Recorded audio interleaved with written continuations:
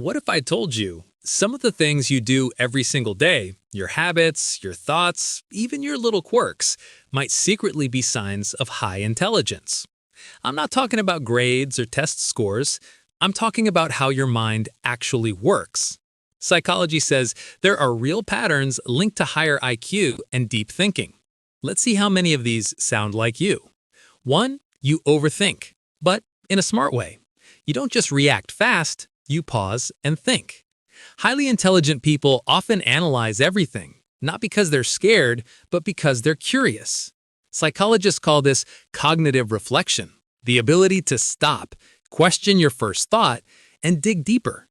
You don't just react, you reflect. That's a skill of problem solvers and big thinkers. 2. You stay curious. You always want to know why. You love learning random facts, exploring new topics, and thinking about how things work. Research from the University of London found that people with higher IQs score higher in openness to experience, a trait linked to curiosity and imagination. So if you're the type who's always asking questions, that's not being distracted, that's your brain craving knowledge. 3. You talk less, observe more. Smart people don't always dominate conversations. They listen closely. They notice details, tone, emotion, logic that others completely miss. This is called active observation. It's not silence, it's awareness. You learn more by watching than by speaking, and that's emotional intelligence in action. 4. You doubt yourself sometimes. Sounds strange, right? But truly intelligent people often question their own knowledge. They know there's always more to learn.